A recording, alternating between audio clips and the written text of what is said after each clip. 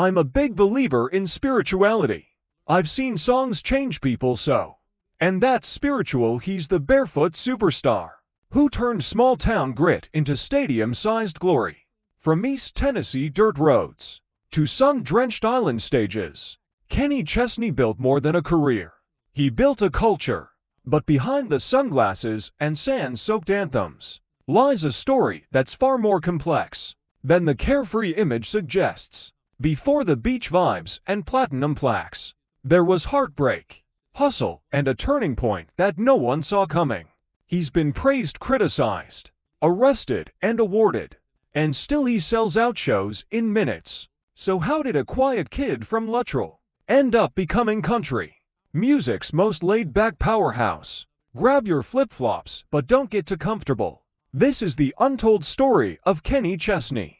And trust us, it's not what you think. Humble beginnings. Kenny Chesney was born Kenneth Arnold Chesney on March 26, 1968 in Knoxville, Tennessee, making his debut at St. Mary's Medical Center. Though he came into the world in a regional city hospital, his real roots were planted in the quiet, rural surroundings of Luttrell, Tennessee, a small town tucked away in the eastern part of the state. Luttrell wasn't flashy or fast-paced, but it was rich in Southern values, steeped in tradition and tightly woven with the kind of community spirit that builds character. It's the kind of place where everybody knows your name, where country music plays in the background of everyday life, and where front porches and football Fridays matter more than anything else. It was there, in that unassuming slice of Tennessee, that one of country music's future legends learned the rhythms of life long before he ever picked up a guitar. Raised in a working-class home, Kenny grew up surrounded by a family that taught him the value of hard work and humility. His father, David Chesney, was an elementary school teacher, offering structure and a steady presence, while his mother, Corinne Chandler, worked as a hairstylist, balancing both family and a career with a hands-on approach. Kenny also had the companionship of his younger sister, Jennifer Chandler, who experienced the ups and downs of small-town life right alongside him. In interviews, Kenny often speaks with an appreciation for the grounding influence his parents provided. Life in Luttrell revolved around a few key pillars: church on Sundays, school during the week, and sports nearly every day. And more than anything else, Tennessee football was king, a near-religious experience in the region. The culture of the area was simple, straightforward, and deeply Southern, and it left a lasting imprint on Kenny's character and creativity as a kid. Kenny wasn't the music-loving, beach-vibing star fans know today. In fact, music wasn't even on his radar in the beginning. At Gibbs High School, Kenny was just another small-town athlete trying to find his place. He played both baseball and football, competing with the same tenacity that would one day carry over into his music career. He's joked that he quit growing as a junior in high school, and that he's the same size now as he was back then, a comment that reflects his unassuming, grounded nature. Sports were his first dream, his first outlet, and his main focus. There were no early signs that he'd become a stadium-packing country star. No spotlights, no music awards, just dusty fields, high school games, and teenage hopes. In many ways, Kenny Chesney was just another Southern kid, chasing touchdowns and trying to fit in. But that all changed when he received a guitar for Christmas, a gift that would unknowingly alter the trajectory of his entire life. Most kids might have set it aside, but Kenny dove in. He taught himself to play, learning chords and melodies with a mix of curiosity and quiet determination. What started as a hobby quickly grew into a passion. Suddenly, music wasn't just a background sound. It became a lifeline, a form of expression, a dream worth chasing. The transition wasn't instant, but it was real. Little by little, the small-town athlete began to morph into a singer, songwriter with something to say. And while the world had no idea what was coming, the seeds of Kenny Chesney's future stardom had been planted right there in Luttrell. in the hands of a teenager who once thought sports were his only path. The kid who once lived for football was now falling in love with a different kind of rhythm, one that would carry him much farther than any end zone ever could. But all it took was one unexpected gift to flip his story. From Friday Night Lights to late night lyrics, the unexpected spark, the defining moment in Kenny Chesney's life, didn't come under stadium lights or in front of screaming fans. It came quietly wrapped as a Christmas gift. That year, he unwrapped his very first guitar, a seemingly simple present that would turn out to be a life changer. While many kids might have played with it for a week and moved on, Kenny did the opposite. He didn't let that guitar collect dust. Instead, he taught himself how to play string by string, chord by chord. It was the beginning of a new chapter, one that pivoted him away from football fields and toward honky-tonk stages. That aha moment, the realization that music could be more than a hobby, sparked a fire in him that never went out. Even though music hadn't been his original dream, Kenny quickly found himself drawn to it in a way that sports had never quite matched. As he got better with the guitar, songwriting and performing became a form of emotional expression and personal freedom. His college years at East Tennessee State University in Johnson City would deepen this passion. While officially majoring in advertising, Kenny's real education happened on stage. He joined the school's bluegrass program and started gigging around town, gradually developing his sound and presence.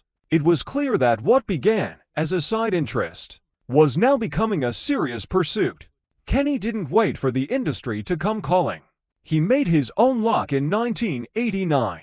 Before he had any record deal or label support, he headed to a modest space called Classic Recording Studio in Bristol, Virginia, where he recorded his very first project, a self-released demo album titled Good Old Boy at Heart.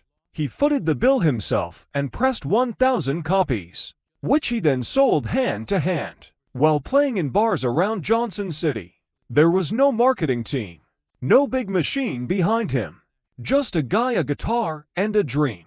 Every CD he sold didn't just help fund his passion, it paid for a brand new guitar, showing his early commitment to reinvesting in his own growth. As an artist, these early experiences built the foundation for Kenny's rise, not just musically but mentally. Performing in small bars, juggling school, and selling his demo CDs gave him a first-hand education in what it meant to hustle for every opportunity. This wasn't an overnight success. It was sweat, strategy, and staying power. That gritty self-made beginning helped shape Kenny's grounded personality and his loyal connection with fans. Long before he became a country music powerhouse, Kenny Chesney was just another dreamer, making his own music and hoping someone, somewhere would listen. Climbing the ranks. After graduating from Gibbs High School, Kenny Chesney took his dreams and his guitar to East Tennessee State University in Johnson City, where he majored in advertising. But let's be honest, he wasn't planning for a career behind a desk. College was the place where his musical identity really began to take shape. He joined the school's bluegrass program, honed his performance skills, and became a proud member of the Lambda Chi Alpha fraternity. Between classes and frat life, Kenny found his groove playing in local venues, turning dorm room strums into bar room sets. His college years weren't just about earning a diploma.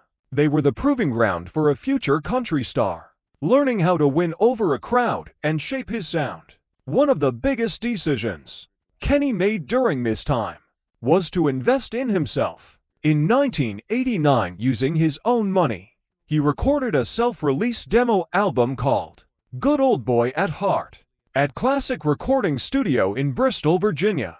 He didn't just make music, he treated it like a business. Kenny sold 1,000 copies of the album at local bars, where he performed, using the earnings to buy a brand new guitar, instead of spending it on partying or short-term fun. That early hustle taught him that success wouldn't come overnight. It had to be earned gig by gig, song by song. These sacrifices late nights, local bars, and reinvesting every dollar were all part of a bigger gamble to make music more than just a side hobby. Kenny's big break was an audition in March 1991 at the Bluebird Cafe, the world-famous Nashville venue that has provided a platform for many an unvarnished talent, and among them Kenny. The show earned him regular seating as a resident performer at the Turf, the most honky-tonk bar in the Music City. It was not glamorous, it was gritty. Bar after bar, and night after night, Kenny slowly started making his way into Nashville's merciless music scene. Buzz began to build, not because of any glitzy endorsements he had, but rather because he always reaffirmed the memory of people with raw, honest performances. It was 1992 when Clay Bradley, head of writer relations at BMI, got wind of Kenny's talent. Clay put Kenny together with Troy Tomlinson at Opryland Music Group, and after Kenny had performed 5 original songs at the audition, Troy was sold. He not only clapped, he gave Kenny a songwriter's contract on the spot. That key industry connection opened the first serious door. A year later, Kenny participated in a songwriter showcase, and at the end of the night, he signed his first recording contract with Capricorn Records, which had just started a country division. These weren't lucky breaks. They were all bonded together by every risk Kenny had taken, every song he wrote, and every sleepless night along his way up. Breakout era. Kenny Chesney's official entry into the country music scene came in 1994 with the release of his debut studio album, In My Wildest Dreams, under Capricorn Records. Though the album didn't make a huge splash on the charts, it marked a pivotal moment. Kenny had moved from local bars and songwriter showcases into the national spotlight. The project laid the groundwork for everything that followed, showcasing his storytelling chops and signature sound. Laid back yet emotionally rich, it was the first step of many, and more importantly, it gave him a professional foundation and a chance to prove he was more than just another aspiring artist. From Tennessee, the real breakout came a year later, when Kenny signed with B&A Records in 1995, a move that completely changed the game. His sophomore album, All I Need to Know, delivered the kind of success his debut hadn't quite reached. The title track became a fan favorite, and the album eventually went gold, showing that Kenny wasn't just building a career. He was gaining traction. His voice, vibe, and relatable lyrics struck a chord with listeners looking for both authenticity and a good time. His rise felt organic, not manufactured, and that made fans root for him even harder. More momentum for Kenny was to follow. The third album, Me and You, released in 1996, went platinum. I Will Stand followed 1 year later, also getting the Grammy box. Songs like Me and You and That's Why I'm Here showcased a more mature and emotional side to his artistry, beginning to win over those fans who were beginning to see him as more than just a beachy country crooner. By the early 2000s, Kenny was spitting out the hits and albums like Everywhere We Go 1999, No Shoes, No Shirt, No Problems 2002, and When the Sun Goes Down 2004, solidified him as a mighty contender in country music. His ability to marry island flair with southern comfort allowed him to carve out a niche in a crowded genre, creating an entire vibe that the fans could live by. With this phase of his success came a few much-cherished awards. He won it 4 times, the CMA Entertainer of the Year. Between 2005 and 2008, he earned a CM Entertainer of the Year 4 times consecutively, a rare feat putting him among the elite. It's also when records are most grabby. 6 Grammy nominations, further cementing their crossover appeal and consistency. But the unique factor in his breakout era was not just sales or accolades. Rather, it was the deep connection he fostered with his fans, who were turning his shows into anthemic, festive celebrations that made Kenny not just a breakout, but also a record-breaking icon, building the foundations of an everlasting career. on upward momentum, peak fame, and icon status. Kenny Chesney's peak fame was marked by a streak of signature albums that turned him into a household name in country music and beyond. After finding early success, the true turning point came with the release of No Shoes, No Shirt, No Problems in 2002. This album didn't just go platinum. It launched a full-blown lifestyle movement, thanks to laid-back anthems like the title track and Young. His follow-up, When the Sun Goes Down in 2004, only elevated that momentum, with massive hits that defined a generation of fans seeking escapism through country music. These records showcased Kenny's ability to merge heartfelt storytelling with a feel-good, beach-infused sound that made him more than just a country singer. He became a cultural icon.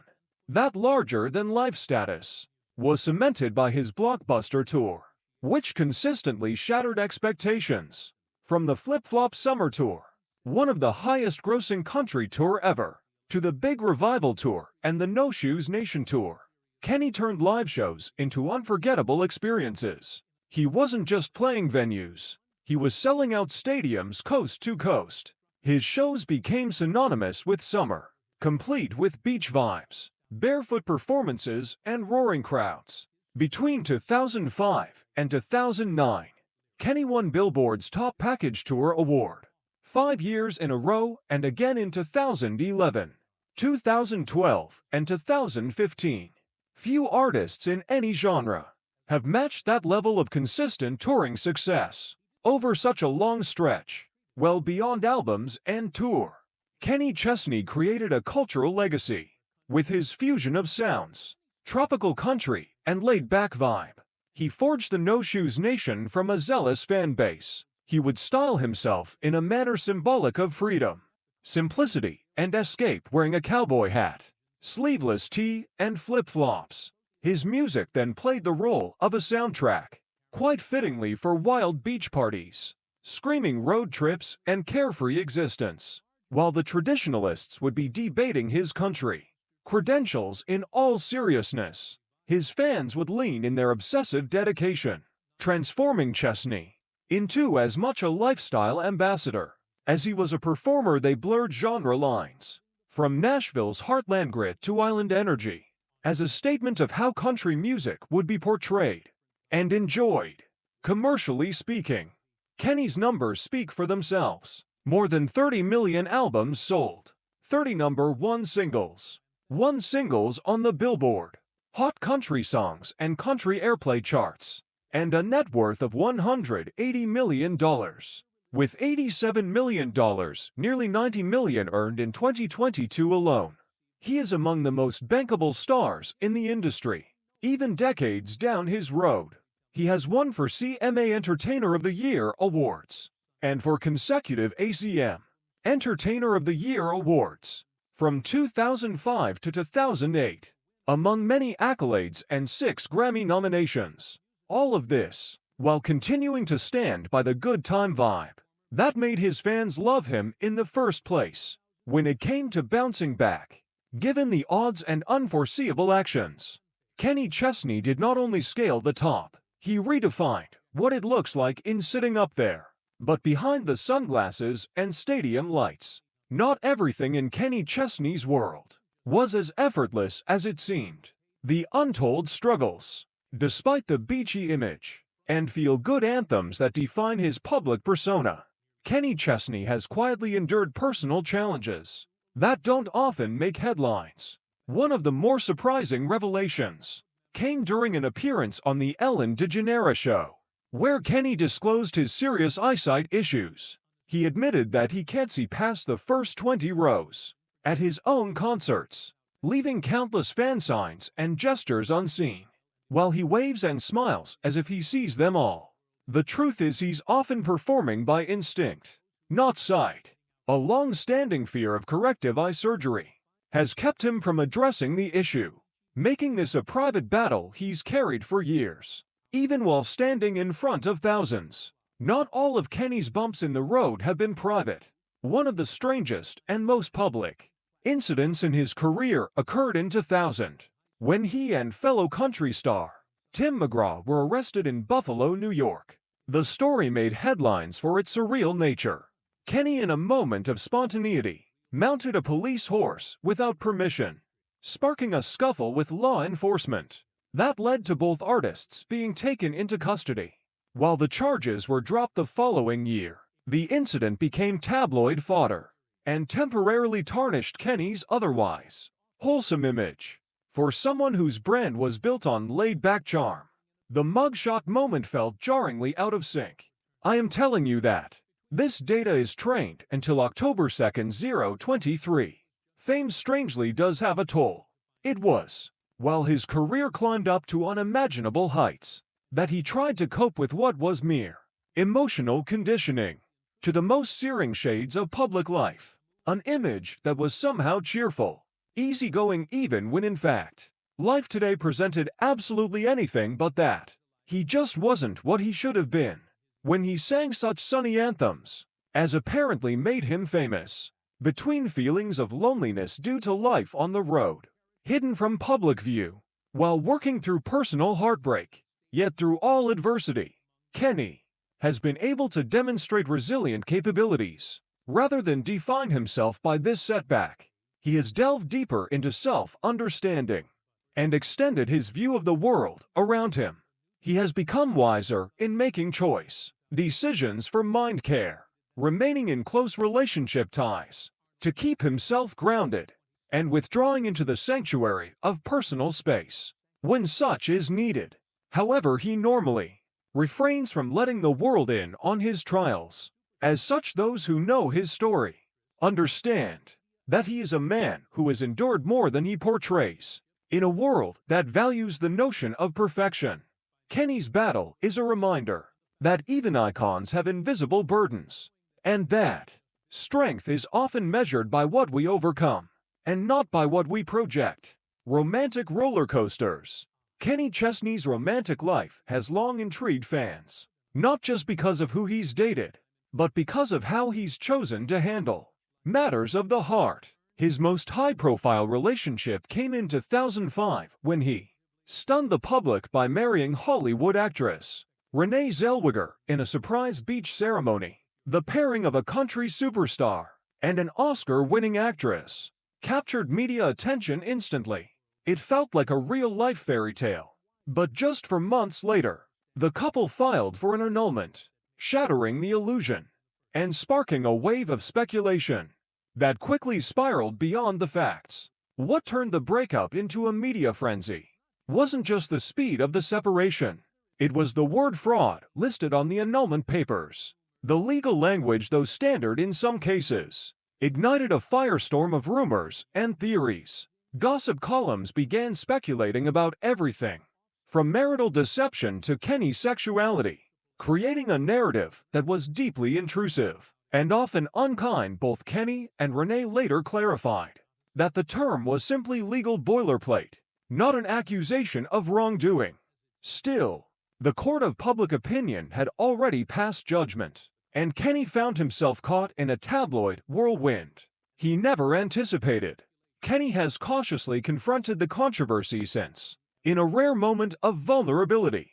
During a 60 Minutes interview with Anderson Cooper, he stated that, at that time in his life, he did not truly grasp what marriage was. He had wet feet, he wasn't ready. The only fraud committed was me, thinking I really understood what being married was. He told the interviewer that honesty allowed fans a glimpse into the more reflective side of him. He further elaborated on how he felt about not discussing the rumors. He didn't want to fan the flames or let anyone else tell him who he was. Since then, Kenny has been discreet about his love life. He and former Miss Tennessee, Amy Colley, were linked from 2008 to 2010, but the relationship mostly remained off the radar. Since 2012, he has been in a serious relationship with Mary Nolan, a dancer and model. The couple keeps their relationship extremely private. No public appearances, no social media acknowledgement, and no public comments. This calculated absence from the media stands in sharp contrast to his past, suggesting that Kenny is taking a conscious stand to protect what matters to him. For Kenny, peace is now more important than publicity, and love should be nurtured out of the view of cameras, industry clashes, and controversies. Even at the height of his success, Kenny Chesney hasn't been immune to tension within the country music industry, especially when it comes to awards and recognition. A notable moment came during the 2008 ACM Awards when the Academy allowed fans to vote for Entertainer of the Year, instead of keeping the decision in the hands of industry professionals. Kenny, who had already won multiple Entertainer of the Year honors, wasn't shy about expressing his frustration. He believed that such a prestigious award should be based on industry merit, not popularity contests. While his comments stirred debate, they also highlighted a deeper divide between traditional gatekeepers and the growing influence of fan-driven platforms.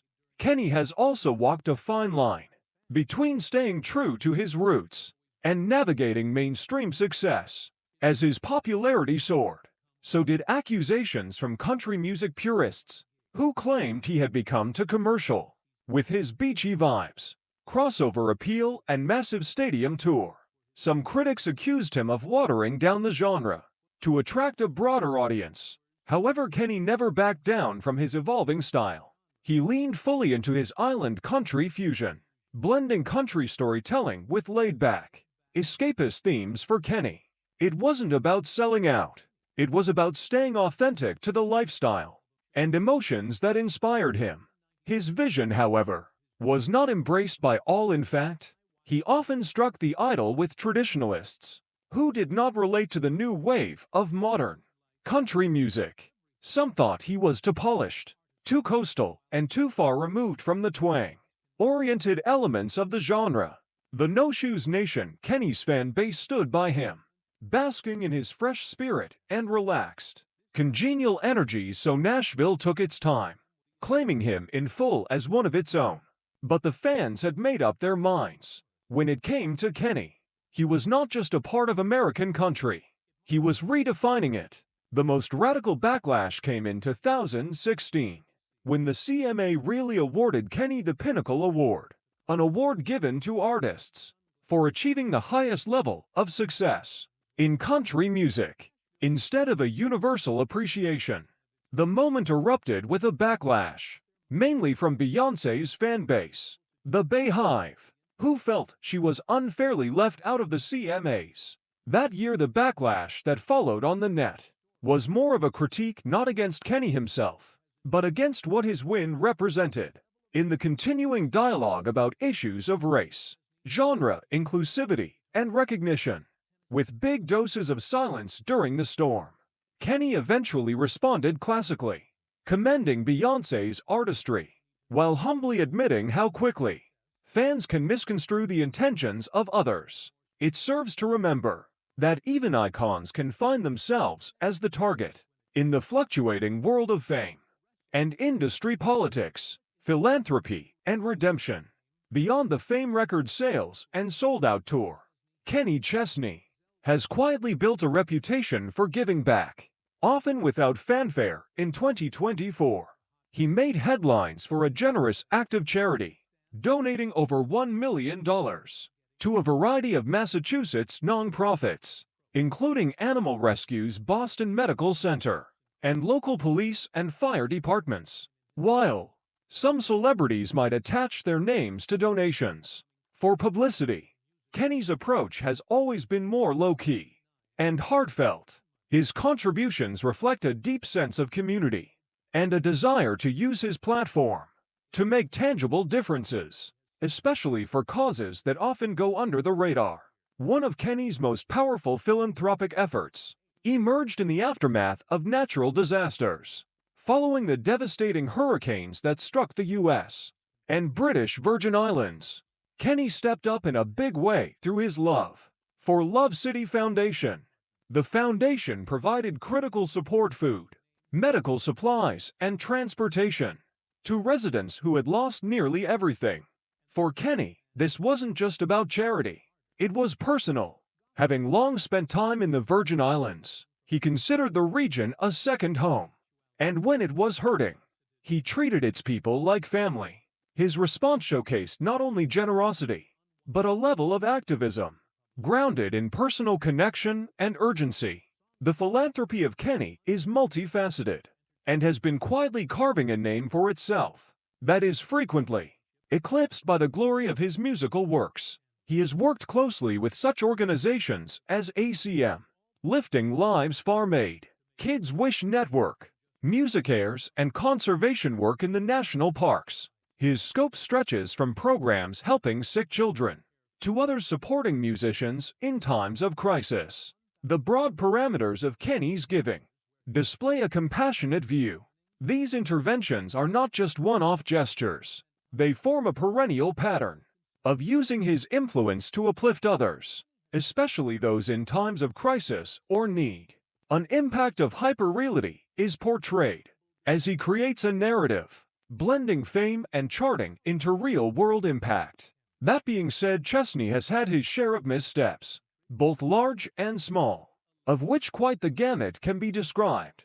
From that ill-advised annulment to his bickering with the industry. His continuing ventricular campaign, however, gives cover to the more recent build of a very subtle but emphatic redemptive arc. But when the spotlight fades and the crowds go home, Kenny's most guarded story unfolds far from the stage. Private life today. Offstage, Kenny leads a life that's as low-key and peaceful as his music is. Loud and energetic when he's not touring or recording. He spends much of his time in tropical settings, embracing the very beach lifestyle he sings about. His deep connection to the U.S. and British Virgin Islands, especially St. John, has made the islands a second home, where he can unwind, away from the pressure of the public eye. Whether he's writing music, boating, or simply relaxing by the water, Kenny's offstage life is all about escape and serenity, a stark contrast to the chaos of fame.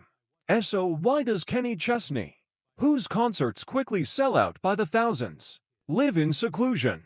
Men like this, at least when it comes to Kenny, most likely wrestle with such things, considering the experiences he's had in his life. After years filled with fame, heartbreaks, rumors, and public watchfulness, he's felt that the only path to peace is privacy.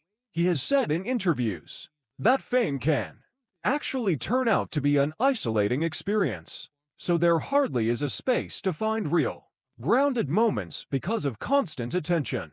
Kenny keeps his private life very selective, so that he also has a space where he can really just be himself. Just not a celebrity, not a performer.